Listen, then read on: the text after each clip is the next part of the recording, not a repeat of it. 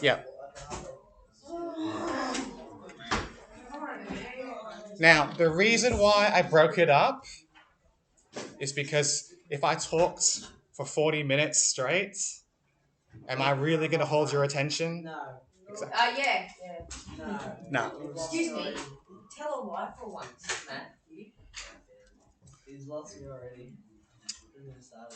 Okay. On the video. So, does anyone remember what it means for a number to be prime? No numbers can be wrong. Sam. Isn't it when it copies? It's not divisible by itself. Well, any number can be divided by itself to get 1. You're on the right track, Shannon. It's a number that can only be divided by 1 in itself. Very nice. Okay. So if you've forgotten that, you should write that down. If it can only be divided by 1 and itself.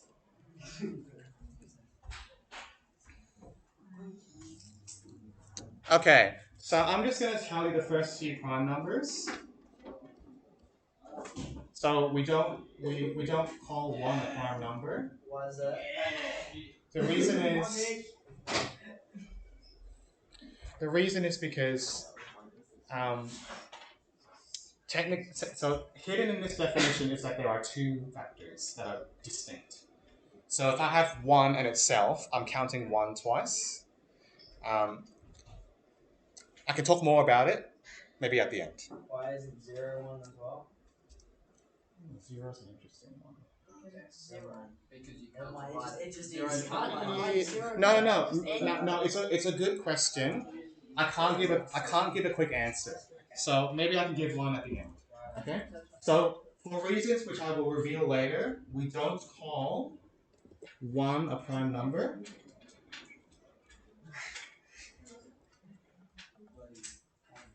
So the first 3 ones are 2, 3, 5, 7. Is 9 a prime number?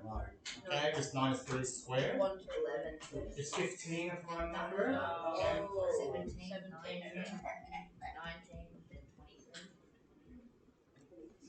Yeah.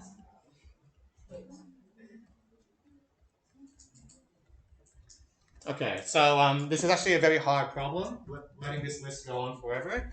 But I digress. So, maybe at the end. Okay, so our goal is to break up a number into what's called a product. A product means multiply. So this is quite an amazing result. I don't know if anyone's ever told you this. Every number can be broken up into just prime numbers. Also, there's only one way to break up a number into those prime numbers. They probably never tell you this at school. All right, now I'm going to demonstrate this first one with something that looks like something from your Squizio. It's that annoying tree thing. I hate that. Mr. Tudor, Excuse me. Yes. Oh, I hate the tree. When is it due? Next Uh, Tuesday. Monday. Oh, Monday. I can give you an extension because you just. No, don't. Yes, he does. Yes, we have squidgy. Didn't you, Talia, and myself have a discussion about this? I think I was listening. No, you were definitely there. Somebody tell you that. Yeah, I thought. Okay. So, your nines, hang in there.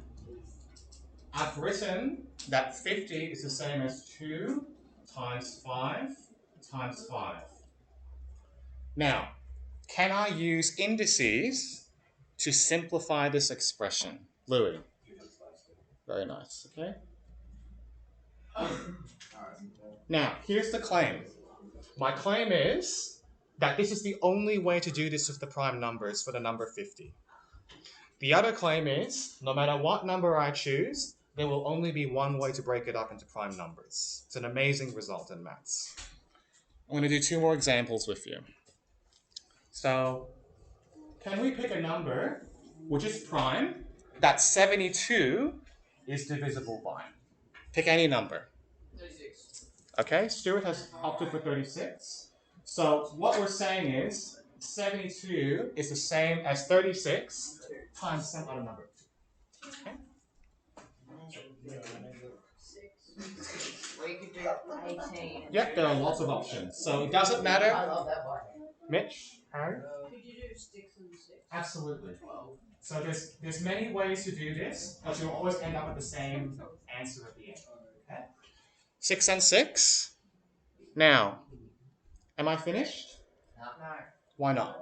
6 is not a prime. 6 is not a prime number. Is any even number prime? No. Well, 2. 2 is the only even number that's prime. I go back to this list here. All the others can be divided. All the others are divisible by 2. Very nice. Okay, so what can I do to finish off this factor tree?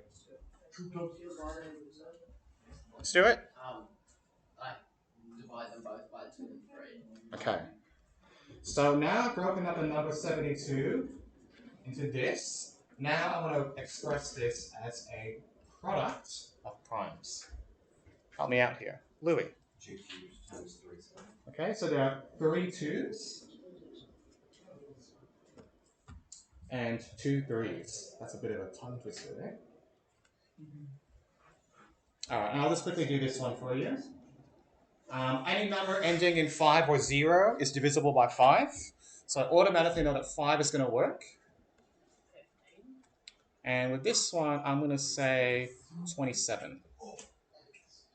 Because 20 times 5 is 100. And 5 times 7 is 35. And 20 plus 7 is 27. Or you can do 270. Nice. Yeah. I like it.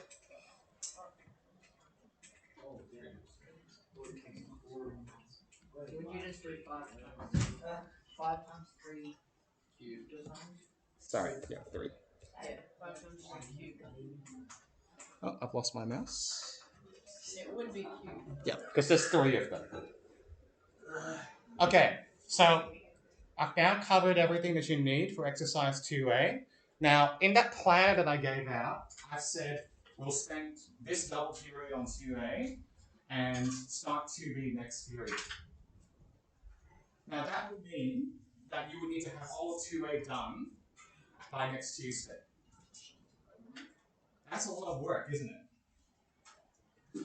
So, I'm happy to slow down a little bit for you if I feel that I'm going a bit too fast. But I will say, 2A has a few pages. Oh. I didn't pick that one. Oh, kidding. Wait, so we have consent. So year 9s, don't panic. Can I get a lunch on attention? So let's just take a break for a moment. How much homework do you think a year 12 VC student does a week? I've seen Probably some 7. How many hours a week? 14. Stuart says 14. Each subject has a Sam? about that thick. A day's worth. A day's worth, so 24 hours a week. Okay. Any other guesses? 16. I've seen it. Louis says I'm 16. with Sam. I'd say it's a day a week. A day a week, 24 hours. My So sister I'm had to so set herself I'm up. talking about work outside of school. Yeah. Yeah. Okay. Yeah. All right. So this is what I was told when I was doing year 12. The recommended amount of homework per week for a VC student across all their subjects is 15 hours a week. Oh, that's not that bad. Okay? So if that's 5 days a week, because you want your weekends off, that's 3 hours of homework a night. Now, you're not year 12s, but you'll be in year 12 soon. So we do expect that you're spending some time doing some of the exercises at home. So if you've never taken maths work home with you, I believe you will need to start doing that this year. Now, that depends on what you want to get out of school and where you want to go once you leave school, hence the survey I gave you. All right? What's in that? Like, what are your... Oh, you were away. Sorry, you had duty. Yeah. So I'll give that to you. So, if if you're thinking about a course where you need to do VCE maths, or you need to get an ATAR to go to university, then the foundations you laid this year will pay off over the next 3 years after. So I strongly recommend that if you want to get the most out of maths for the next 4 years at school, that you start taking your textbook work home with you. So whatever you don't finish here, you might spend some time working on it at home. I don't expect that you'll finish everything always because we're busy and we have lives outside of school. But I do want to say you got to start putting in some effort at home as well. Okay? Maths is a subject that requires practice. And if you only practice when you're at school, it won't be enough in a few years' time. So if you build good habits now, it'll pay off later. Shannon. By like, it's like entire 2A, you mean like just if I did at levels, it'd be like B and G, F, H, the entire 2A. That's right. So I'm not asking you to do every question from 2A. I'm only asking you to do the questions that you have selected from that sheet. Okay? There's no way I would ask someone to do all the questions. That would be way too much. On that note, carry on.